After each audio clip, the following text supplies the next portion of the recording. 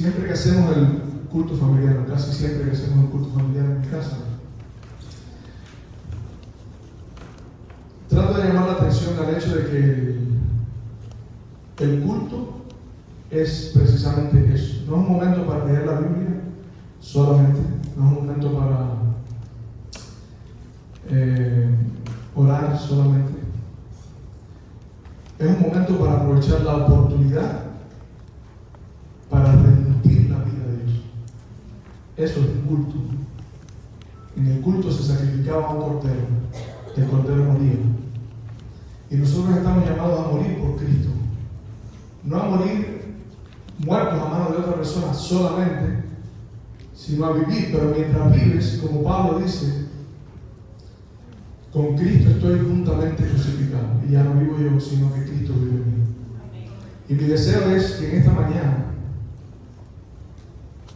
podamos ver el culto como esa oportunidad.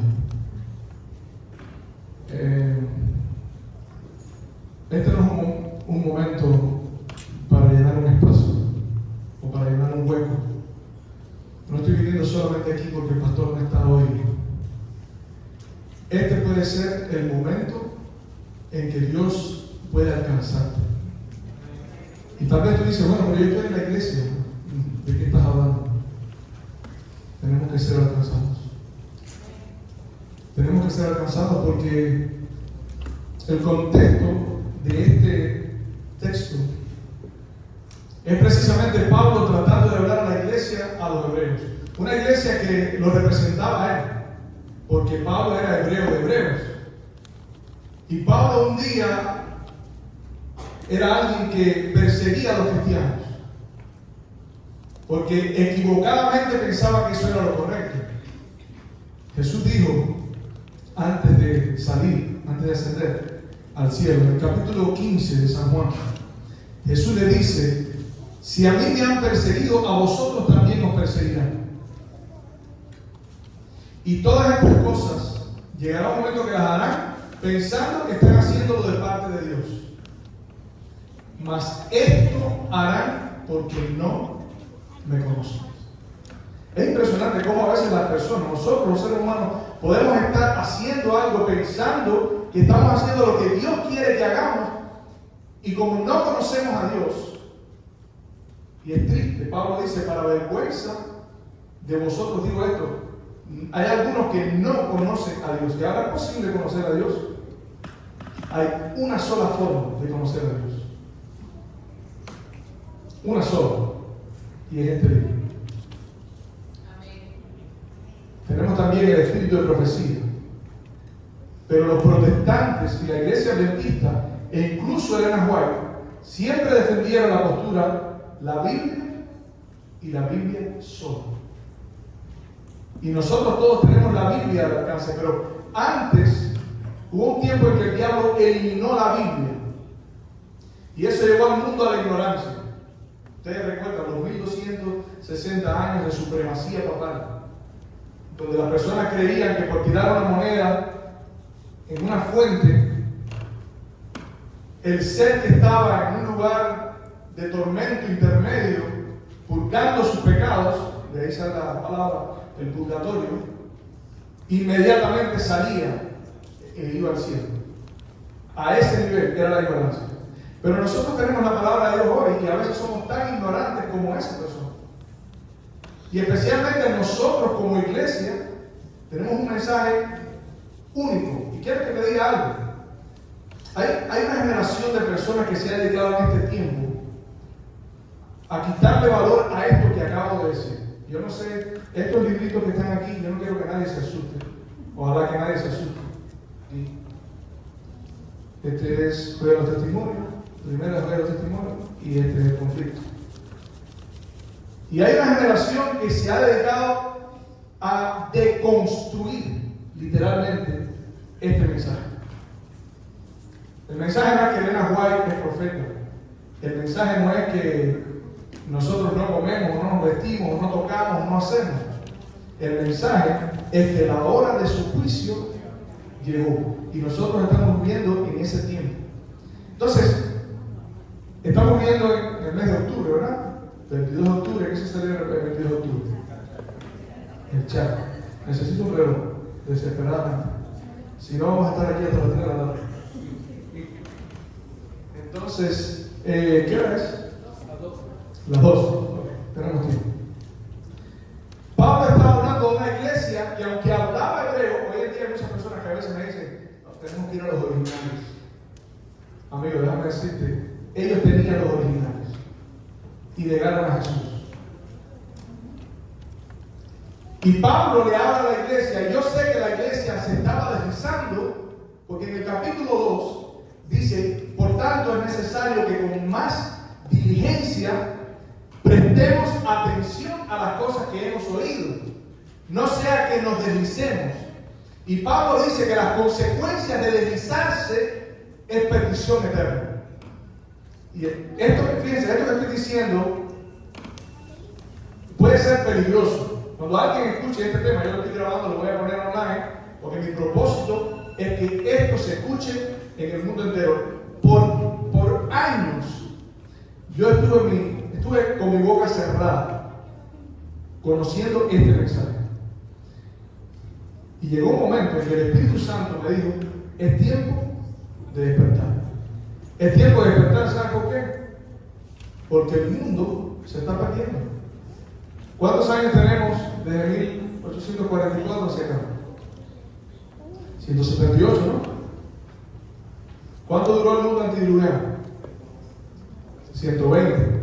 ¿Cuál es la diferencia? 58, ¿verdad?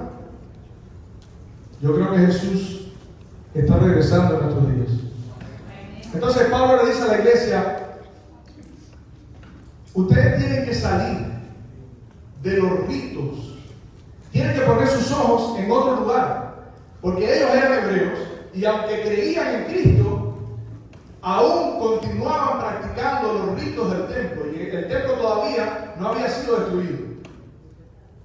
Y la iglesia tenía hasta cierto punto sus esperanzas puestas en ese sistema. ¿Saben? El problema no es el sistema.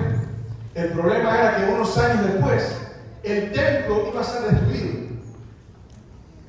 ¿Cuántos conocen qué año fue destruido el templo? Templo de Jerusalén, años 70. O sea, aproximadamente por esa fecha.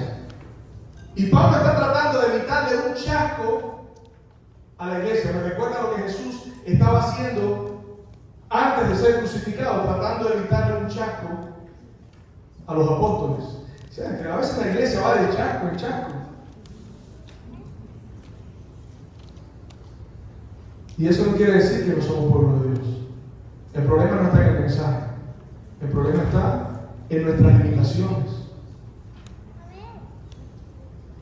Y Pablo comenzó a tratar de llamar la atención a cosas que no se veían. Por eso Pablo dice en el capítulo 11 del libro de Hebreos, es pues la fe, la certeza de lo que se espera, la convicción de lo que no se ve. Lo que estaban esperando era un acontecimiento que iba mucho más allá de la destrucción del templo. Pablo trató de llamar la atención de la ciudad que ellos tenían a una ciudad celestial. Y les dice, por la fe, ninguno de estos recibió lo prometido, pero ellos no querían nada en este mundo. Su vista estaba en una ciudad no hecha de manos, en un templo de otra creación, en el reino de los cielos. Y Pablo continúa tratando de elevar la vista de ellos y le dice, por la fe Moisés se sostuvo como mirando al invisible. Por la fe Abel. ¿Y quién fue Abel? Alguien que sufrió.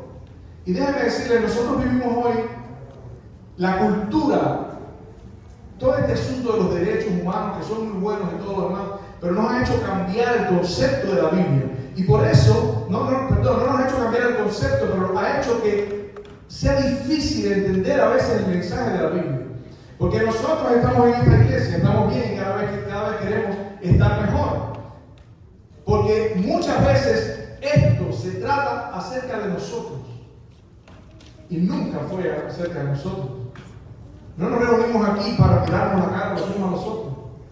Nos reunimos aquí para adorar a Dios, para ver a Dios, para aprender de Él, porque le pertenecemos. Él es nuestro dueño, nos compró con su sangre. Cuando tú vas a la Biblia, tú te das cuenta que los hombres de Dios en todos los tiempos estaban dispuestos a entregar su vida. Los apóstoles se gozaban en saber que habían sido tenidos por dignos de sufrir los sufrimientos de Cristo. Es diferente el concepto. Completamente el concepto es diferente. Por la fe Moisés, por la fe Abraham, por la fe Jacob, por la fe Isaac. Y ahora viene una parte donde él dice, por la fe, miren esto, taparon bocas de leones, apagaron fuegos impetuosos, hicieron retroceder ejércitos. Miren lo que se puede hacer por la fe. Pero ¿saben qué? Pablo deja para el final lo mejor. Y lo mejor, dice, pero vieron, las mujeres recibieron sus muertos por resurrección, pero hubo un grupo que cuando lo fueron a salvar, y estoy parafraseando, esto es lo que Pablo les está tratando de decir a ellos, cuando lo fueron a salvar dijeron, no me salven, yo quiero morir por Cristo, porque esperaban una mejor resurrección. ¿Qué quiere decir que esperaban una mejor resurrección? Pablo les está levantando la vista, tus ojos en Cristo. Por eso en el capítulo 12 dice, por tanto, teniendo en derredor nuestro esta multitud de testigos, no está hablando de los ángeles, no está hablando de los extraterrestres, no está hablando aquí está hablando de la multitud de testigos que estaba hablando anteriormente, dice, de los cuales el mundo no era digno. Andaban de cueva en cueva, vestidos de pieles de animales, hambrientos, sufriendo penalidades. Esa es la historia de la iglesia. Y es extraño porque mientras más comodidades tenemos, menos queremos hacer. Y yo no estoy hablando aquí de lo que tienen que hacer ustedes como iglesia. Estoy hablando, esto es un asunto personal entre nosotros y Dios. Y Pablo está tratando de levantar la vista de la iglesia. Y dice, puestos los ojos en Jesús, el autor y consumador de la fe. Y nosotros hemos mirado demasiado, pero hacia abajo. Demasiado tiempo mirando hacia abajo. ¿Qué cosa es mirar hacia abajo? Todo lo que te haga perder el enfoque. Y yo el tema lo quiero dividir en dos. Quiero dividir el tema acerca de estas cosas que estoy hablando. De nuestro enfoque. ¿Dónde está nuestro enfoque? Y quiero la otra parte hablar sobre el enfoque de Jesús. Y eso es lo que desde por la mañana me tiene revuelto. Porque cuando tú pones la vista donde Pablo te está diciendo que la pongas, eres capaz de sufrir hasta la sangre por Cristo. ¿Qué cosa es mirar hacia abajo? Todo lo que te distrae. Y cuando digo todo, es todo. Pasamos demasiado tiempo en el teléfono. Pasamos demasiado tiempo en las redes sociales. Ya antes era MySpace. Ya no es MySpace. Ahora no tenemos MySpace. No tenemos espacio para más redes sociales. Facebook, Instagram. Cada vez que se va poniendo un poquito viejo, el otro día le dije a unos muchachos, no, Facebook, eso es para los viejos. Facebook, eso es para los viejos. Mira, hay uno ahí que dice Instagram, ya ahorita Instagram es para los viejos también. TikTok. Perdemos el enfoque con mucha facilidad. Todo lo que no sea Cristo, el principio y el fin. Por eso Pablo aconseja, mirando a cara descubierta, como en un espejo, la gloria del Señor. Somos transformados de gloria en gloria. Tú eres transformado a la imagen de lo que contemplas. Puestos los ojos en Jesús, el autor y consumador de la fe. ¿Saben? Cuando el pueblo de Dios estaba justo para entrar en la tierra prometida, Dios le mandó una advertencia al pueblo. Eso está en Deuteronomio capítulo 6, Deuteronomio capítulo 8. Y lo voy a resumir por el tiempo. Moisés le dice al pueblo, cuando entres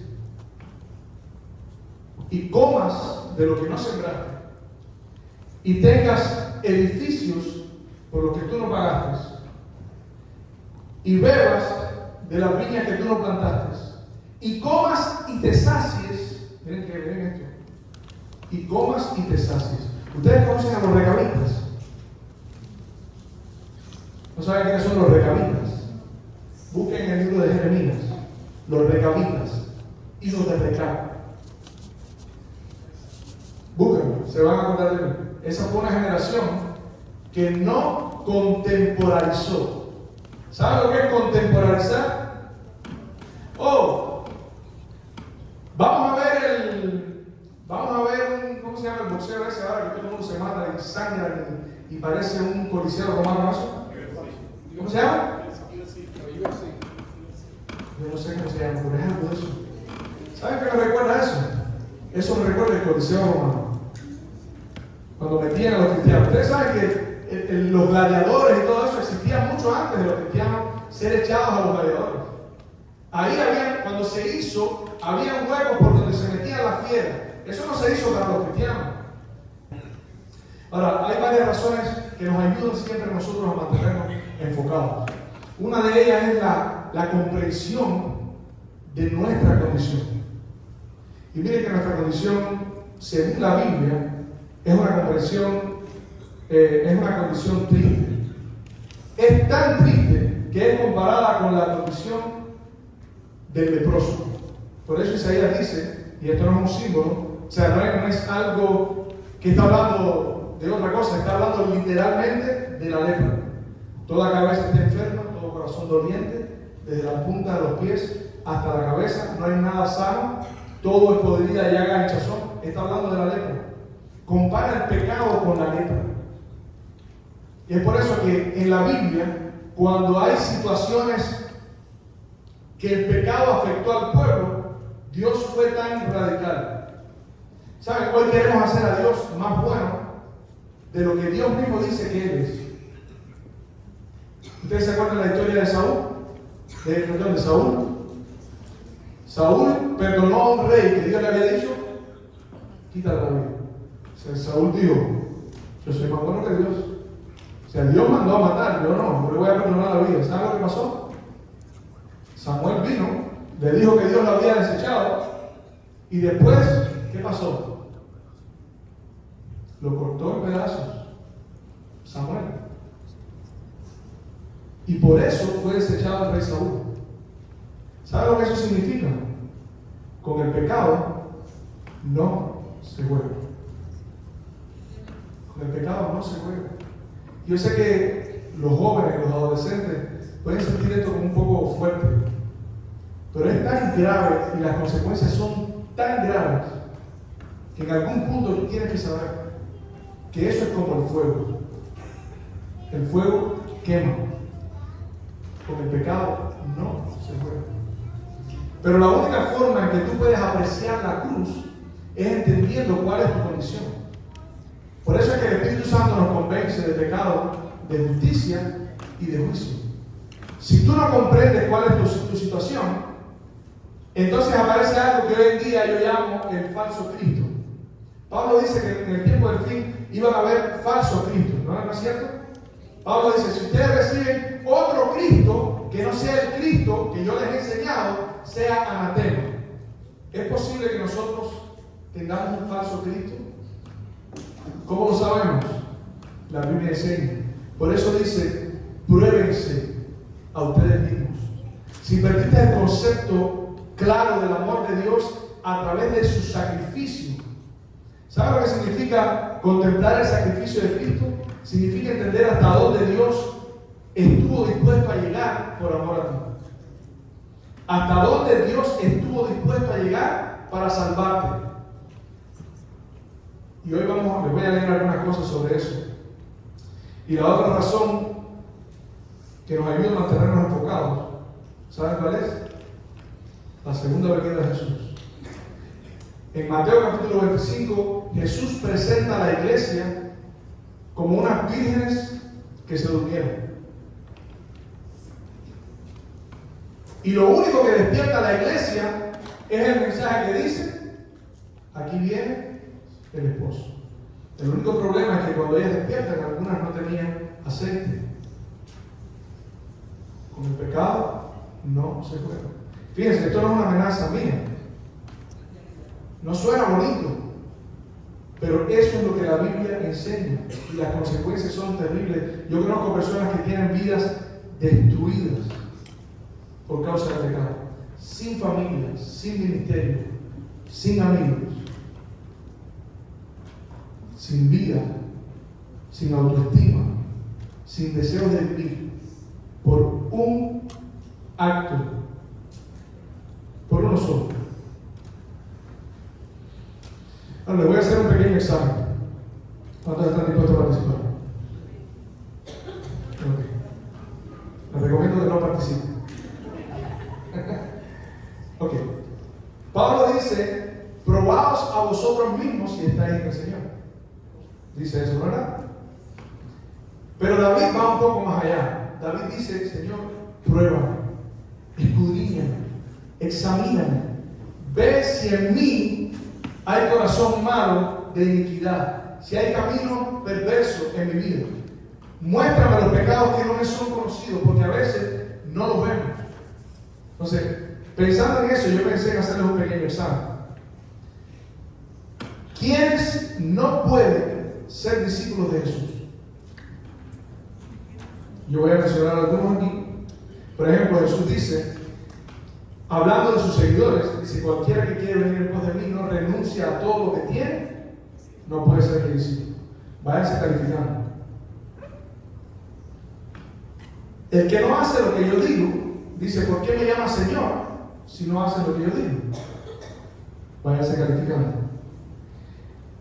Y otro aspecto que habla de quienes no pueden ser discípulos de Cristo, dice la Biblia, el que ama al mundo. Y miren, dice, no améis al mundo ni las cosas que están en el mundo. Si alguno ama al mundo, el amor del Padre no está en él. Váyanse calificando. Los que no son sus discípulos, los que no siguen su palabra, la única manera de saber si tú eres discípulo es a través de su palabra. Y Jesús le dijo a los fariseos, ¿por qué no entendéis mi lenguaje? ¿Por qué no podéis escuchar mi palabra? Y Jesús le dijo a los fariseos que eran discípulos de él, si vosotros permanecéis en mi palabra, seréis verdaderamente mis discípulos. He aquí la importancia de entender a Dios solamente a través de su palabra. Solamente, no a través de cosmovisiones. Tú puedes tener una cosmovisión sobre lo que Dios es. Tú puedes tener una cosmovisión sobre lo que el Evangelio es. Puede ser una cosmovisión muy liberal, puede ser una cosmovisión muy conservadora, pero no es un asunto de cosmovisiones, es un asunto de la palabra de Dios. Y ahora vamos a ver cuán importante es esto. Los que persiguen a los que tienen la palabra, ustedes saben que eso es un hábito. Cuando usted presenta la palabra, indiscutiblemente usted va a sufrir persecución. Ahorita vamos a hablar de eso, ¿no? ¿A cuál de los profetas dijo Esteban, no persiguieron vuestros padres? ¿A cuál? A todos. Otra que resume estas dos. Esteban le dijo a los fariseos, vosotros siempre resistís al Espíritu Santo. Y es curioso porque la Biblia dice que en Génesis, antes del diluvio, ese fue el problema. Dios dice, no contenderá mi espíritu para siempre con el hombre, porque resistían al Espíritu Santo. Cuando el Espíritu Santo hablaba, no querían escuchar. Y ese es el mismo ejemplo que Jesús pone cuando dice, todos los pecados son perdonados, menos el pecado contra el Espíritu Santo. ¿Cuál es el pecado contra el Espíritu Santo? Resistir al Espíritu. Decir no. Porque el Espíritu es el encargado de sensibilizar tu conciencia, de mostrarte tu condición y de traer a Jesús a tu vida. ¿Saben? Ustedes nunca se han puesto a pensar. A veces la gente cree que Jesús no amaba a los fariseos.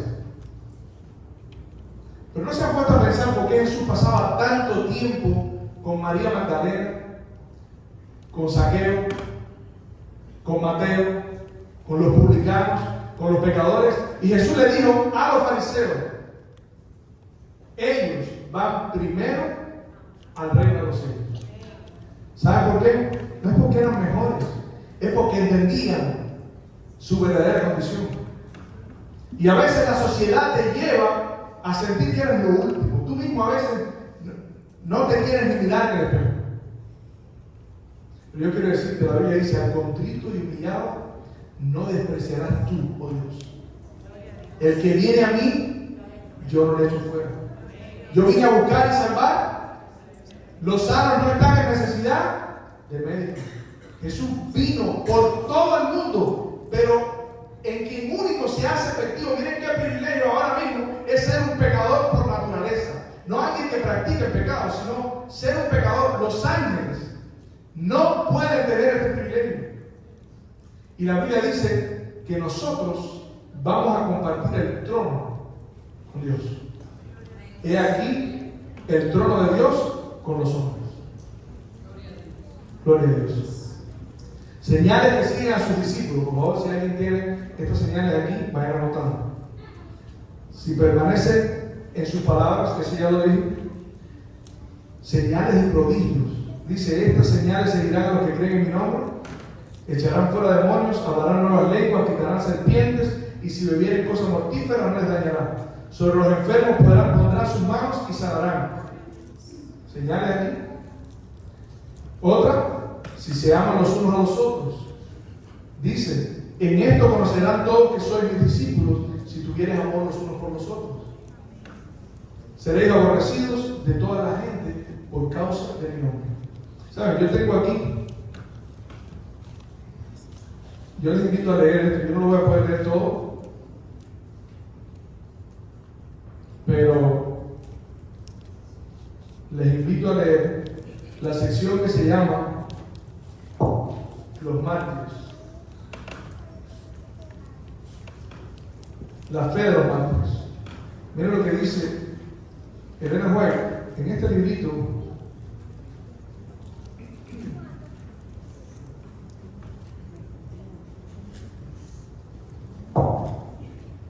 Dice ahí: los cristianos, Jesús le dijo: seréis aborrecidos de todos por causa de mi nombre. Los cristianos eran inculpados, calumniados de los más espantosos crímenes y eran señalados como la causa de las mayores calamidades, hambres, pestes y terremotos. Como eran objeto de los odios y sospechas del pueblo, no faltaban los delatores que por vil interés estaban listos para vender a los hombres, a los inocentes. Se les condenaba como rebeldes contra el imperio, enemigos de la religión y azotes de la sociedad. Muchos eran arrojados a las fieras o quemados vivos en los anfiteatros. Algunos eran crucificados, otros los cubrían con pieles de animales salvajes y los echaban en la arena para ser despedazados por los perros. Estos suplicios continuaron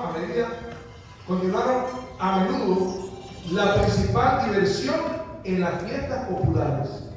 Esto era parte de la fiesta.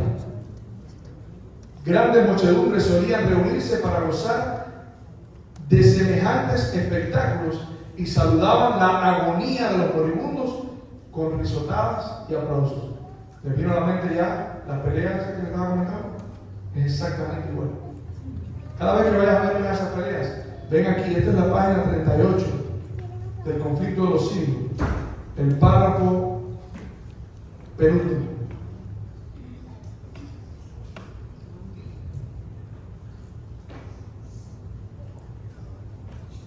¿Sabe por qué el dragón persigue a la mujer? Porque tiene al hijo varón. Ella está a punto de dar a luz. Hay dos mujeres en la Biblia, una no es perseguida, la otra sí, porque está encinta, tiene un hijo varón. Ese hijo varón es Cristo. Y siempre que Cristo está en la iglesia, hay persecución.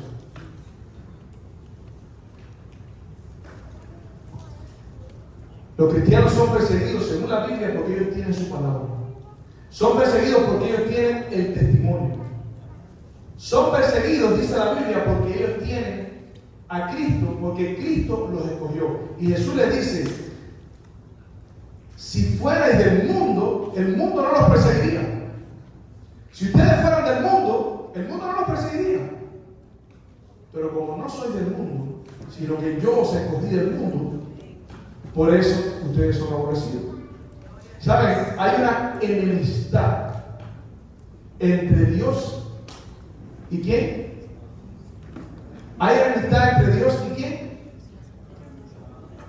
No. Hay enemistad entre Dios y el hombre. La enemistad, dice Pablo, siendo enemigos, fuimos rescatados. Porque había una promesa. La promesa era: enemistad pondré entre ti y la mujer, entre tu simiente y la simiente suya. Pero para que eso suceda, tú tienes que tener un nuevo nacimiento en tu vida. Si tú no naces, por eso Jesús le dijo a Nicodemo, si tú no naces de nuevo, continúas estando amistado con el diablo. El hombre se unió en la rebelión contra Dios. Pero inmediatamente que usted tiene al hijo, el diablo va a reclamar su propiedad. Por eso el dragón persigue a la mujer. Por eso Caín mató a Abel. Por eso Faraón quería matar a Moisés. Por eso Herodes quería matar a Jesús. Y Santiago dice: oh almas adúlteras, ¿no sabéis que la amistad con el mundo es enemistad contra Dios? Y hay, aquí en este mismo libro, en la página 45 creo que es, miren lo que dice Ellen White. Otro asunto hay de más importancia aún, en ese mismo capítulo, que debería llamar la atención de las iglesias en el día de hoy. El apóstol Pablo declara que a todos los que quieran vivir piamente en Cristo padecerán persecución. ¿Por qué entonces parece adormecida la persecución en nuestros días?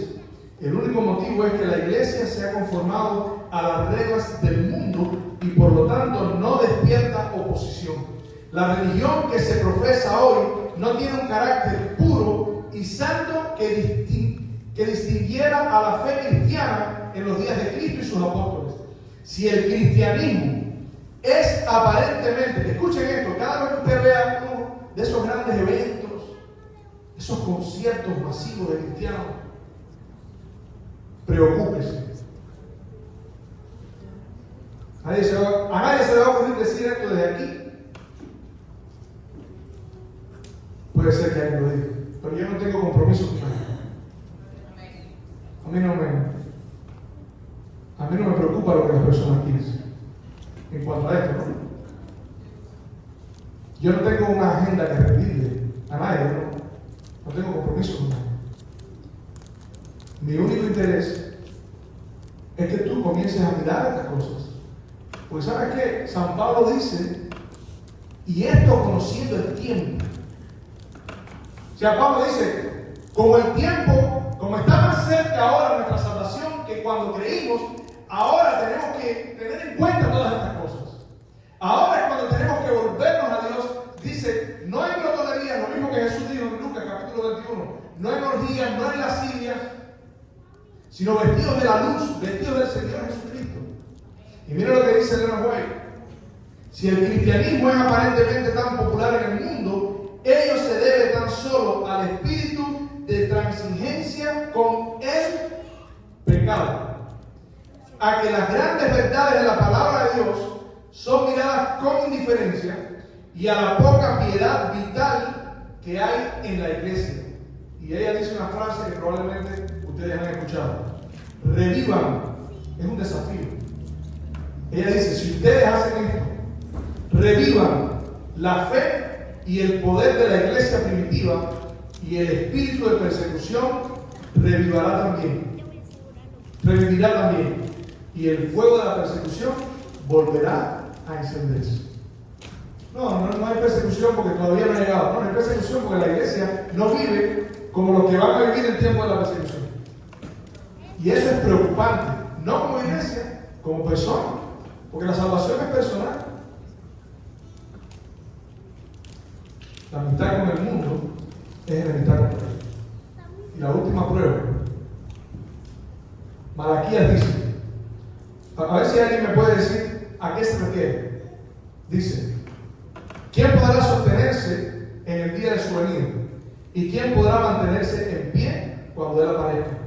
Porque Él es como fuego de fundidor y como jabón de lavadores. ¿Qué dije eso? Yo voy a decir lo que yo pensaba. Lo que yo pensaba era que solamente se refería a cuando el Señor venga por segunda vez.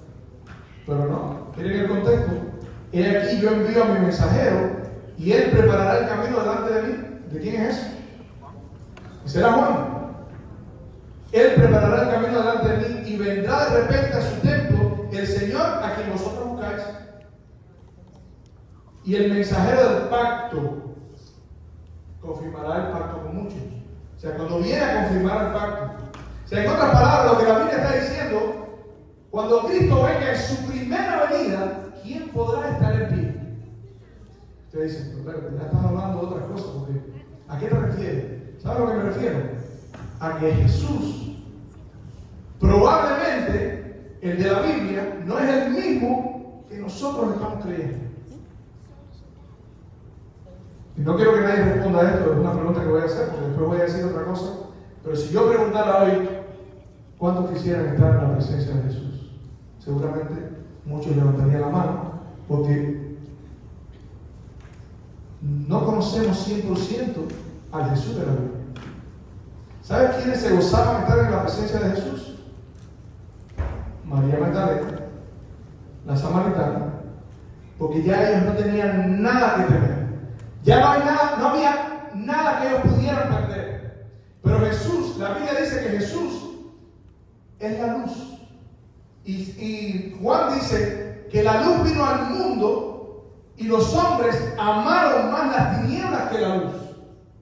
¿Por qué amaron más las tinieblas que la luz? Porque el que hace lo malo no viene a la luz para que sus obras sean reprendidas. ¿Qué era lo que hacía Jesús? Reprendía a las personas. ¿Por qué los reprendía? Porque no los amaba. No, porque la única manera de apreciar y entender el sacrificio de Cristo por ti, la única manera de amar a Cristo 100% y de estar agradecido cada día, es entender que tú estás perdido y condenado a muerte a menos que aceptes ese sacrificio.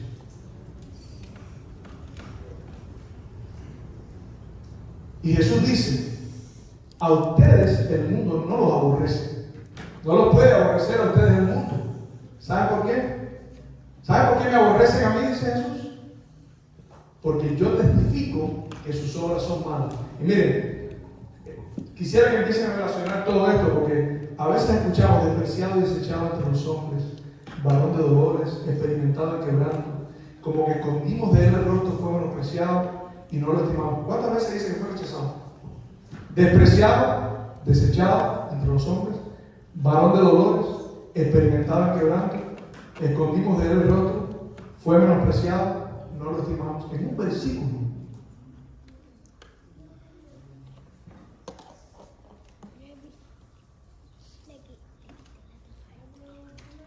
Sería bueno pensar, si Jesús estuviese frente a mí,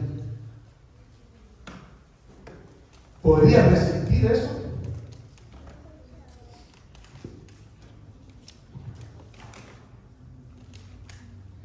¿Quién es el testigo fiel? ¿Qué es lo que dice el testigo fiel? ¿De qué está hablando Jesús cuando dice, he aquí el testigo fiel y verdadero? El principio de la creación de Dios. ¿Qué cosa es un testigo? Alguien que testifica. ¿De qué está testificando Jesús?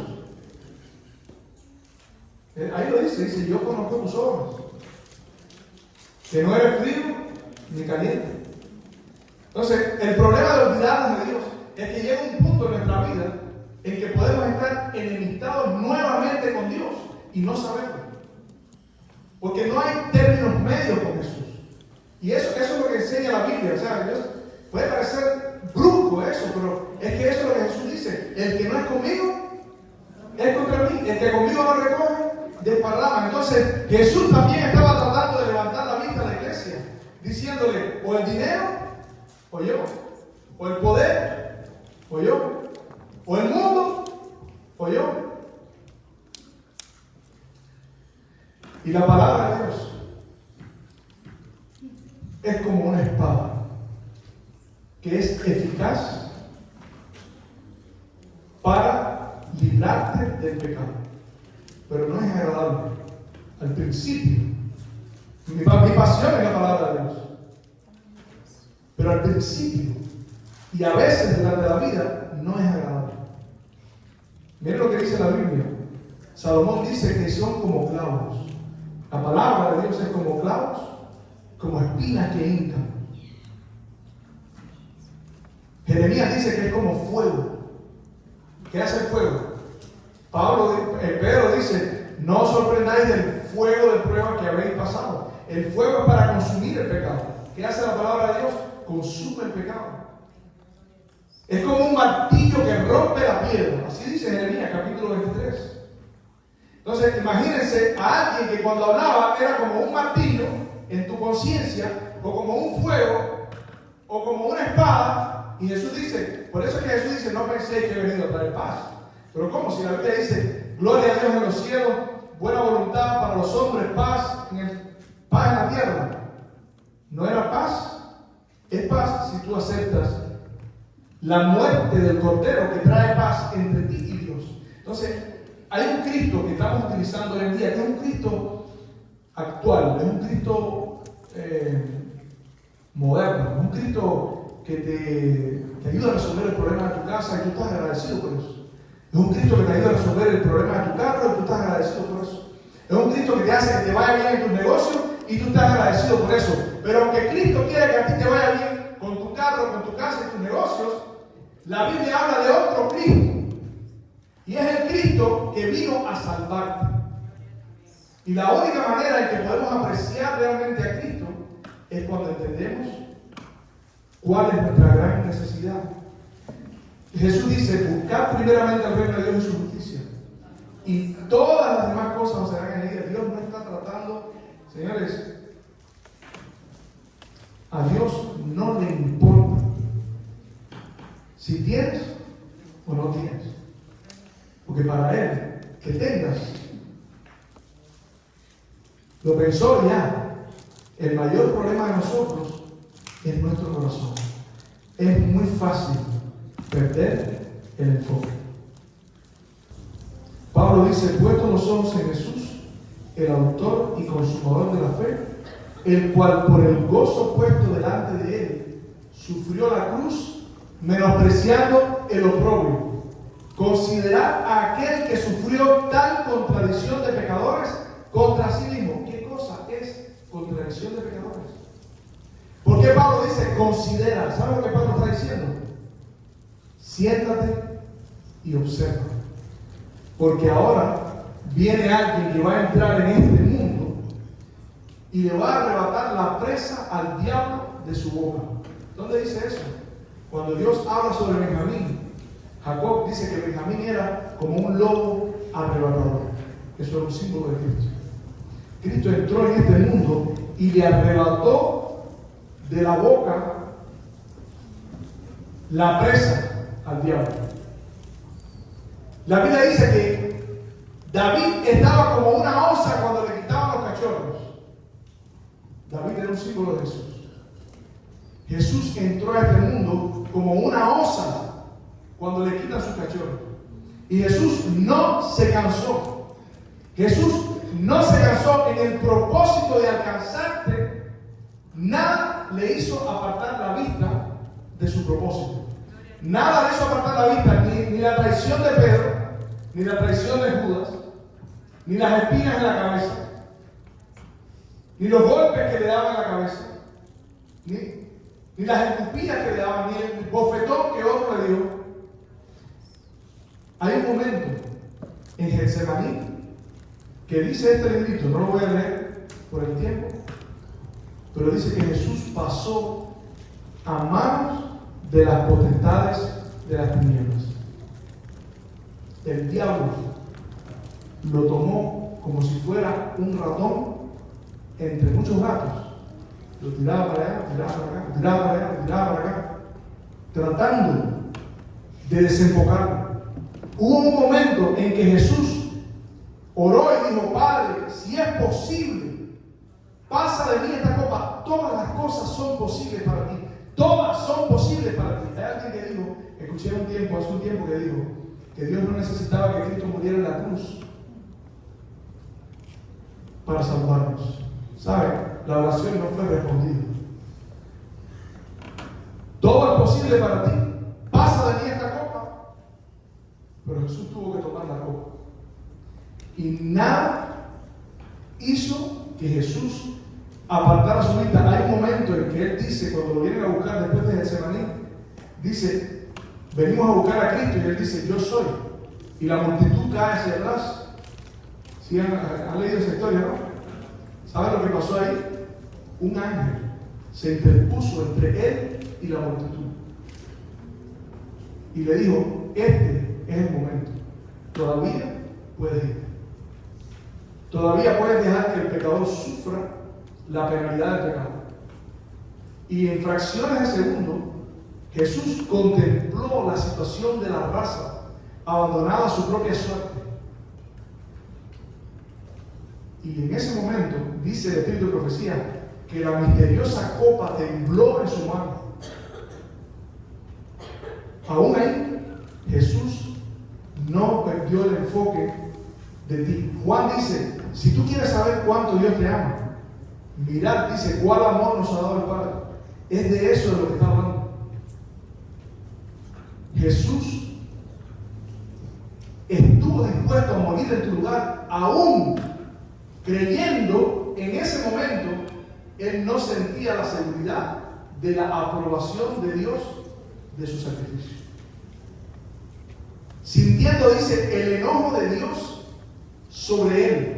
Tenía el peso de los pecados del mundo sobre sí mismo. Ni los pecados del mundo, ni tus pecados, ni las sugestiones del diablo. El diablo le decía, mira, ¿para qué estás muriendo? El discípulo más cerca que tú tienes, Pedro, te va a negar, el otro te va a traicionar, todos se van a ir y te van a dejar. Y sabes, hay un versículo en la Biblia que habla sobre ese, amo Dios, ese versículo que dice, hiera el pastor y las ovejas serán dispersos. Lean lo que dice más antes, para que vean. Jesús le dijo a sus discípulos, ustedes son mis amigos, ustedes son mis amigos. No hay un amor más grande que este, que uno ponga su vida por sus amigos. Y antes, ahí en Zacarías capítulo 13, dice, y le preguntarán, ¿qué son esas heridas en tus manos? Y dice, con ellas fui herido en casa de mis amigos. Impresionante. Cada vez que tú vas a la Escritura y encuentras ahí una descripción que te ayuda a ampliar la visión de lo que Cristo hizo por ti. Por eso Pablo dice, consideren eso. Miren a la cruz, y si te cansaste, puede ser que te hayas cansado. Y yo también a veces me canso. Por eso Jesús te dice, no te canses. Pon tus ojos en Jesús. Levanta tu vista y pon tus ojos en Jesús. Pon tus ojos en la cruz, en el sacrificio de Cristo, y no te canses. ¿Sabes por qué? Porque Jesús, ese texto, y los dejo con esto. Quiero que se pueden cantar. Jesús, Pablo dice, considerad a aquel que sufrió tal contradicción de pecadores, al punto que sufrió la cruz, menospreciando el oprobio. Menospreció el oprobio. Dice, porque aún no habéis luchado hasta la sangre contra el pecado. Jesús luchó hasta la sangre. En Getsemaní, la Biblia dice que sudó grandes gotas de sangre. Si te cansaste de luchar contra el pecado, acuérdate de Jesús, que luchó por ti hasta la sangre, por tal de salvarte. Que cuando Jesús regrese por segunda vez, nosotros podamos estar entre esa multitud, que alzará sus ojos y dirá, he aquí este nuestro Dios. Le hemos esperado y hemos salvado.